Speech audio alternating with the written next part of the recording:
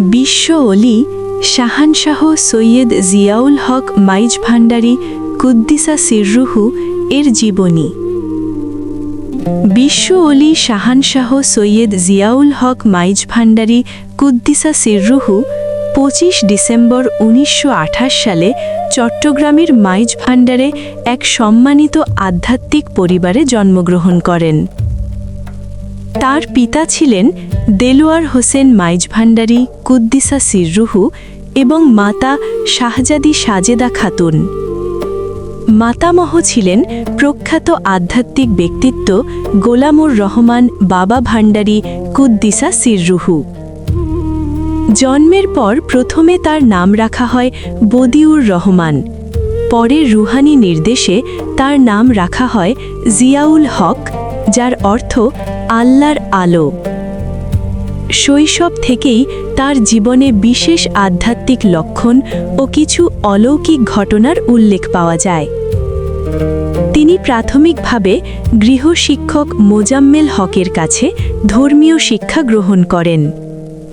পরবর্তীতে বিভিন্ন বিদ্যালয়ে অধ্যয়ন করে চট্টগ্রাম কলেজিয়েট স্কুল থেকে ম্যাট্রিক এবং চট্টগ্রাম সরকারি কলেজ থেকে আইএ পাশ করেন। পরে উচ্চশিক্ষার মাঝপথে তিনি পার্থিব শিক্ষা ত্যাগ করে আধ্যাত্মিক সাধনায় আত্মনিয়োগ করেন। তিনি কঠোর রেয়াজত, ধ্যান, ত্যাগ ও আল্লাহর স্মরণে নিজেকে নিয়োজিত করেন। দীর্ঘ সাধনার মাধ্যমে তিনি আধ্যাত্মিক জ্ঞান ও মর্যাদায় উচ্চ স্তরে পৌঁছন এবং মাইজ ভান্ডারী তরিকার একজন গুরুত্বপূর্ণ ব্যক্তিত্ব হিসেবে প্রতিষ্ঠিত হন। 1966 সালে রুহানি নির্দেশের মাধ্যমে তাকে আনুষ্ঠানিকভাবে আধ্যাত্মিক আমানত অর্পণ করা হয়। এই প্রক্রিয়ার মাধ্যমে তিনি বিশ্ব ওলি হিসেবে স্বীকৃতি লাভ করেন এবং মানুষের পথ প্রদর্শক হিসেবে দায়িত্ব গ্রহণ করেন। তার শিক্ষা ছিল মানবতা, আত্মশুদ্ধি ও আল্লাহর প্রতি গভীর ভালোবাসার ওপর ভিত্তি করে। তিনি মানুষকে নিজের অন্তরে সত্য খুঁজতে উৎসাহিত করতেন। তার একটি বিখ্যাত বাণী, নিজের ভেতরে দৃষ্টি দাও, সত্যকে উপলব্ধি করবে।